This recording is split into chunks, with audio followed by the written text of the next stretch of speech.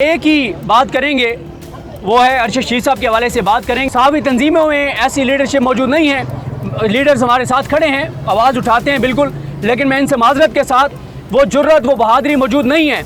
अगर वो जुर्रत और बहादुरी मौजूद होती तो अरशद शरीफ के कातिल आज आज़ाद ना होते। तो वक्त आ गया है सहाफ़ी तंजीमें, नौजवान सहाफ़ी, जिस तरह से हमारे दोस्त ये ज़ुबैर साहब हैं, दीगर नौजवान सहाफ़ी ये आवाज़ उठाएं। बाकी इसी तरह से हम हर साल इकट्ठे होते रहेंगे, तकरीरें करते रहेंगे। जो इस मुल्क के अंदर जुल्म हुआ है और जो अरशद शरीफ साहब के साथ हुआ, जो इमरान रियाज खान साहब के साथ हुआ, जो हामिद मीर साहब के साथ हुआ और अब हामिद मीर साहब को जो थ्रेट्स हैं, और जो और सहाफ़ियों के साथ हुआ, समी इब्राहिम साहब हों और ये मकबूल जान साहब हों, ये सारे सहाफ़ी जो उनके साथ हुए, हमारे साथ तो कुछ भी नहीं हुआ। उसको अगर हम देखें आज एक ही बात करेंगे, वो है अरशद शीर साहब के हवाले से बात करेंगे। और एक सवाल, जब से अरशद शीर साहब शहीद हुए और उसके बाद जब सुप्रीम कोर्ट में ये मामला आया, तब से हम एक सवाल उठा रहे हैं और उस सवाल का जवाब आज तक नहीं मिल रहा।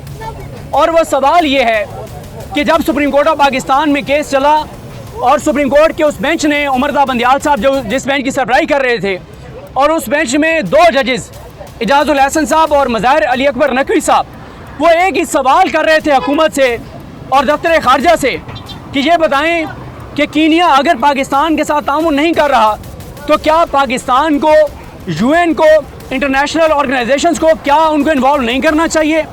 तो उस पर जो हुकूमत का जवाब था, वो जवाब ये बताता है कि अरशद शरीफ साहब के कातलों को बेनकाब करने के लिए, बेनकाब होने से ये हुकूमत, PDM की हुकूमत बचा रही है। और उनका जवाब ये था कि कीनिया ताउन तो नहीं कर रहा, लेकिन हम अगर UN को इन्वॉल्व करेंगे तो पाकिस्तान के कीनिया के साथ ताल्लुकात ख़राब हो जाएंगे। मुझे समझ नहीं आती कि क्या कीनिया कोई सुपर पावर है, या कीनिया में कोई लाखों ओवरसीज़ पाकिस्तानी हैं, या कीनिया के साथ कोई हमारी अरबों डॉलर की ट्रेड है कि पाकिस्तान की हुकूमत ये कहती है कि अगर हमने इंटरनेशनल इदारों को और UN को इन्वॉल्व किया तो कीनिया नाराज़ हो जाएगा। ये बात समझ से बालातर है। इसका मतलब वाज़ेह यही है कि पाकिस्तान की हुकूमत ये चाहती है कि पाकिस्तान और कीनिया मिलकर अरशद शरीफ के कातलों को बचाएं। अगर ये नहीं बचाना चाहते कातलों को तो हुकूमत कहे कि UN को इन्वॉल्व करें। और मुझे इस बात की समझ नहीं आती कि अगर इंटरनेशनल इदारे इन्वॉल्व होंगे तो उससे कीनिया को क्या नुकसान है। इसका वाज़ेह मतलब ये है कि पाकिस्तान की हुकूमत को भी कातलों का पता है, कीनिया की हुकूमत को भी कातलों का पता है, और पाकिस्तान और कीनिया की हुकूमतें मिलकर अरशद शरीफ साहब के कातलों को बचा रही हैं। मैं एक और बात करना चाहूँगा, हमारे सीनियर सहाफ़ी जो हमारी रहनुमाई करते हैं, बात करते हैं, उन्होंने कहा कि हम आज भी सहाफ़ी ऐसे मौजूद हैं जिनमें जुर्रत है, बहादुरी है, जो डरते नहीं हैं। मैं बसद एहतराम हाथ जोड़ के उनसे इख्तिलाफ़ करूँगा। बिल्कुल आज के दौर में ऐसे सहाफ़ी मौजूद नहीं हैं। सहाफ़ी तंजीमों में ऐसी लीडरशिप मौजूद नहीं है। लीडर्स हमारे साथ खड़े हैं, आवाज़ उठाते हैं बिल्कुल, लेकिन मैं इनसे माजरत के साथ वो जुर्रत, वो बहादुरी मौजूद नहीं है। अगर वो जुर्रत और बहादुरी मौजूद होती तो अरशद शरीफ के कातिल आज आज़ाद ना होते। आज आप देख लें कि जो इमरान रियाज के साथ हुआ, बाकी सहाफ़ियों के साथ हुआ, इससे पहले एक और ग्रुप के साथ हुआ, एक और सोच रखने वालों के साथ हुआ, अब एक और सोच रखने वालों के साथ हुआ, और अब दोनों को रियलाइजेशन भी हो गई है कि कम से कम एक नुक्ते पे हमें मुतहद होना होगा, और वो है कि जब किसी सहाफ़ी के ख़िलाफ़ गैर आइनी, गैर कानूनी कार्रवाई की जाएगी, जब उसको अगवा किया जाएगा, जबरी तौर पर गुमशुदा किया जाएगा, तो यहाँ पर हम एक हो जाएंगे। आज भी मैं सहाफ़ी तंजीमों से कहता हूँ, आज भी लीडर से कहता हूँ कि आपके सामने दो इम्तिहान हैं, एक अरशद शरीफ साहब का मामला और दूसरा जो दोबारा हामिद मीर साहब को थ्रेट्स हैं, ये मामला है। तो मैं ये कहूँगा कि आज भी अगर आप चाहते हैं कि ये कार्रवाइयाँ रुकें तो आज भी आपके पास मौका है कि इस पार्लियामेंट के सामने, इस सुप्रीम कोर्ट के सामने कैंप लगाएं, बैठें। मुश्ताक साहब मौजूद हैं, जुर्रत, बहादुरी, ज़बरदस्त इन्होंने आवाज़ उठाई, मिसाल कायम की। फ़लस्तीन का मामला हो, पाकिस्तान के अंदरूनी मामलात का मामला हो, इंसानी हकूक़ की पामाली का मामला हो, अब वक्त आ गया है कि सहाफ़ी तंजीमें आगे बढ़ें। मुश्ताक साहब जैसे लोग, बहुत से मुल्क के अंदर जुर्रत और बहादुरी वाले रखने वाले लोग हमारे साथ होंगे। अगर आप चाहते हैं तो आज दो चीज़ों पर खड़े हो जाइए।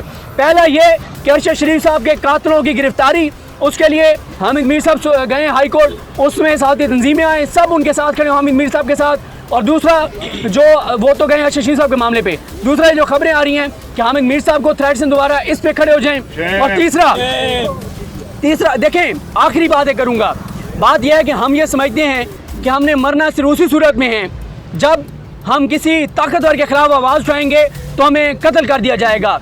देखें, मौत एक दिन आनी है। मुझे बताएं कि अरशद शरीफ साहब की शहादत के बाद क्या बहुत से सहाबी तिबी मौत नहीं मर गए? जब किसी का वक्त है क्या उस दुनिया से नहीं चला गया? क्या एक्सीडेंट में लोग नहीं चले जाते? क्या बीमारी से लोग नहीं चले जाते? क्यों हमारे अंदर ये खौफ है कि मरना हमने सिर्फ उसी सूरत में है कि जब हम किसी के खिलाफ आवाज़ उठाएंगे तो हमें कत्ल कर दिया जाएगा, मर जाएंगे। तो जो जुल्म जबर तशद्दुद जजीदियत के खिलाफ आवाज़ नहीं उठाएगा, क्या वो फिर ताक़यामत ज़िंदा रहेगा? क्या उसको मौत नहीं आनी? तो वक्त आ गया है सहाफ़ती तंजीमें, नौजवान सहाफ़ी जिस तरह से हमारे दोस्त ये ज़ुबैर साहब हैं, दीगर नौजवान सहाफ़ी ये आवाज़ उठाएँ, सहाफ़ती तंजीमें साथ आएँ, यहाँ पे लगाएँ कैंप और एक ही मुतालबा हो। पहला मुतालबा कि अरशद शरीफ साहब के जो कातिल हैं उनकी गिरफ़्तारी।